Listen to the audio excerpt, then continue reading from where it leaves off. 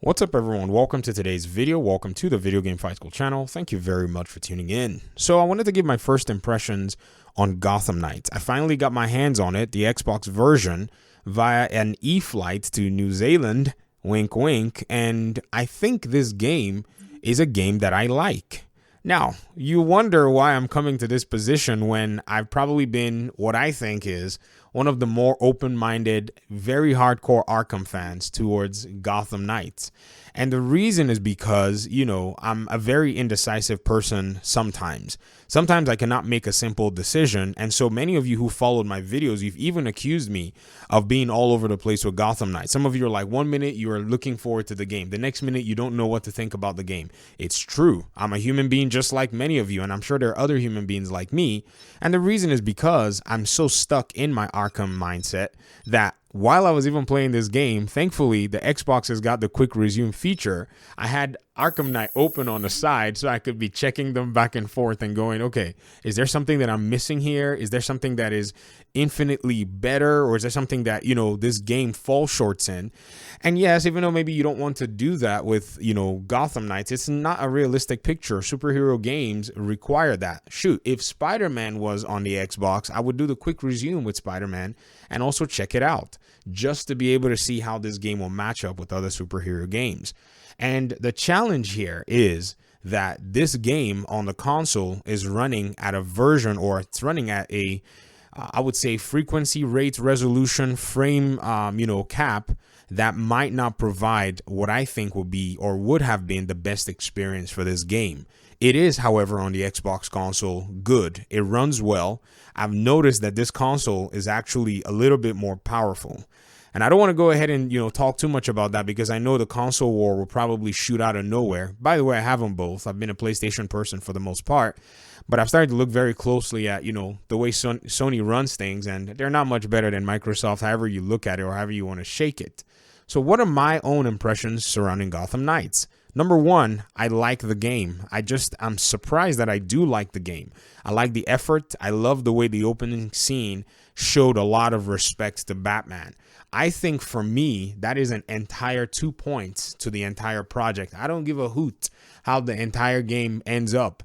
I'm a huge Batman fan, and when I saw the way they treated him, when I saw the way they actually depicted him, you knew this was a true representation of Batman. There's no feigning it, there's no faking it. They did a good job here, and this is one of the conversations that I think on the Video Game Fight School channel caused a lot of ruckus, which was canon.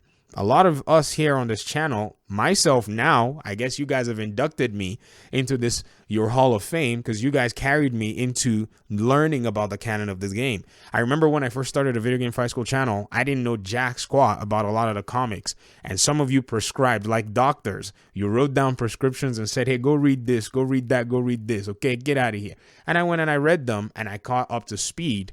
And I'm certain that what the developers have done here, and this is the opening, is actually something that represented our boy in the best light. And I think the passing over of the cowl, the mantle, whatever it is you want to call it, really was done in this way that I thought made sense for the entire game. So the setup is solid. Now, when it comes to gameplay and when it comes to mechanic, everything that I got to see in the very first few hours, they speak to me as, things that are done well. They're not the most intricate. And I wanted to say, I kind of got bored with that first puzzle with Dr. Langstrom. The detective thing didn't seem to really vibe well with me. So I just skipped the thing like Spider-Man, where you have the option to skip, a puzzle and then you just move on. And I was like, yeah, good. I don't want to sit here and solve puzzles too much. I mean, it has its place. I'm not saying there's anything wrong with it, but it didn't seem unique. If you look at the Arkham games, and yeah, here we go. Oh my gosh. Yeah. The puzzles in the Arkham games seem to provide a little bit more distinction, in themselves.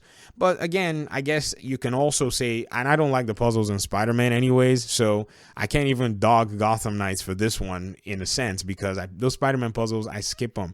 The only person that loves to solve them is my son. So, okay, good. I guess maybe he'll love solving the Gotham Knights one if I even allow him to play the game, because he's really young. So game's rating and the game's theme doesn't seem to vibe very well. It would have to be under serious parental supervision if I was gonna let him play this game.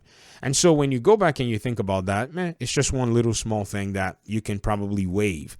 When it comes to other aspects like stealth and combat, I think the character that I use is going to be the character that I actually go with, and in terms of judging the game. So what I see and what I've seen from other people playing other characters is truly Red Hood, whom I used, is actually a solid character that's built with an archetype.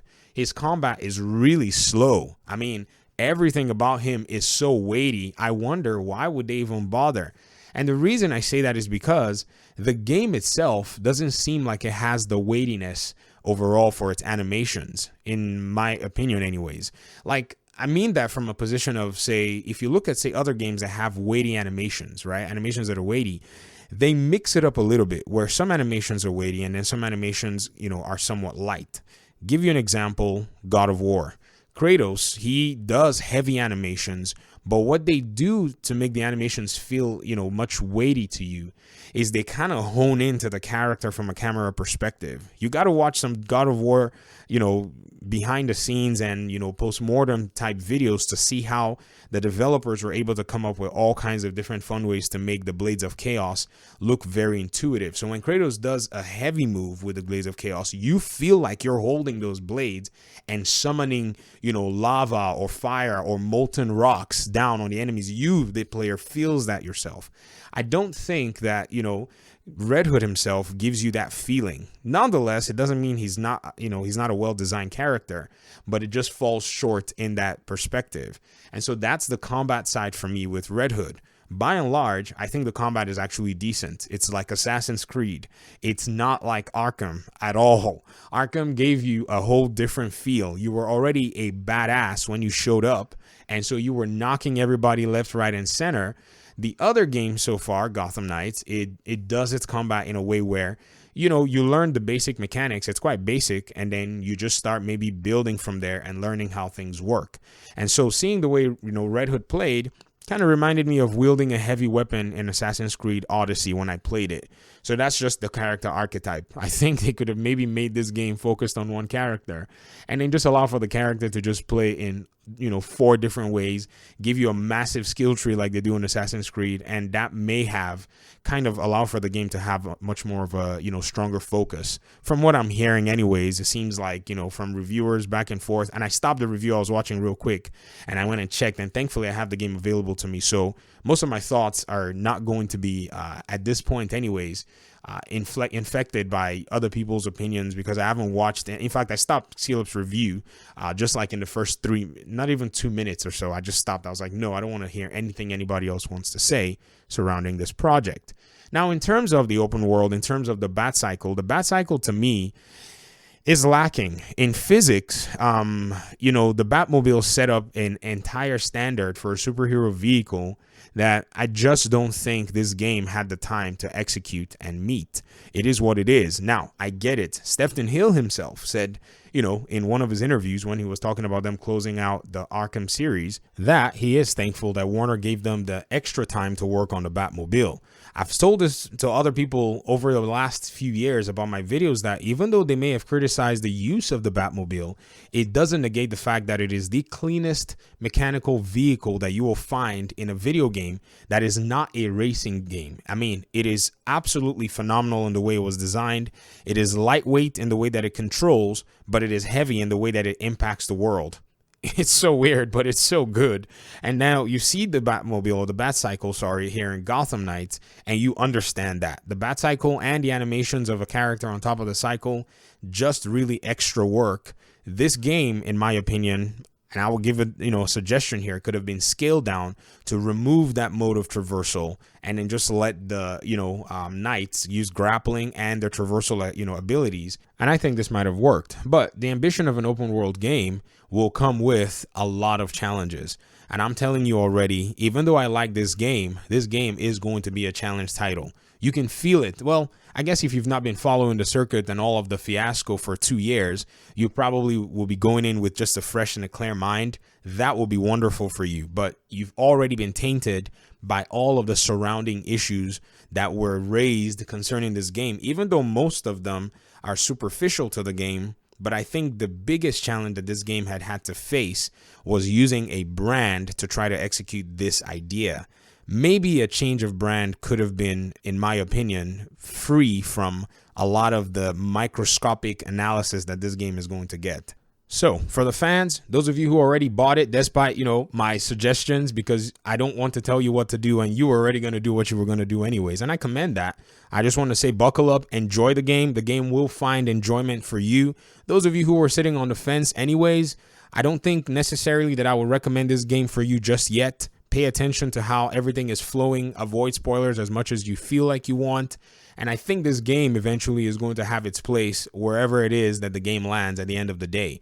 I want to play the PC version before I talk too much about, the entire experience as a whole, because having played a video game for about 4 or 5 years that had 2 different versions, one on the PlayStation 4 that ran at 30 FPS and then the PC version that ran at 60 FPS, and I played both of them extensively.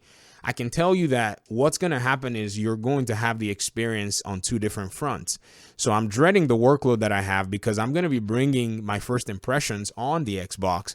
Then I'm going to be bringing my impressions on PC. And if I ever get around to doing a review, which I don't want to do, I'm not interested in doing a review, I will more than likely be in a position where I feel like I will be doing both of them. I wouldn't mind the amount of playtime. Don't get me wrong. I would love to actually master this game and eat it up. I'm all about the combat and stuff, but I'm only at the preliminary level, so it's just my impressions so far. As I start to build, as I start to get better and my characters get stronger, maybe I'll eventually start to adopt the combat in its entirety. So thanks so much for watching the video. I really appreciate you guys' time and audience. Stay tuned. We'll be talking about Gotham Knights. We'll be talking about some game mechanic stuff too. I really enjoy the fact that there's a full video game that actually teaches on the game dev side anyways, and I'm happy to share thoughts and share ideas with you guys. Hit me up in the comment section. Let me know what it is that you think so far. And if you're already playing the game, what are your thoughts? Thanks for watching. Peace out.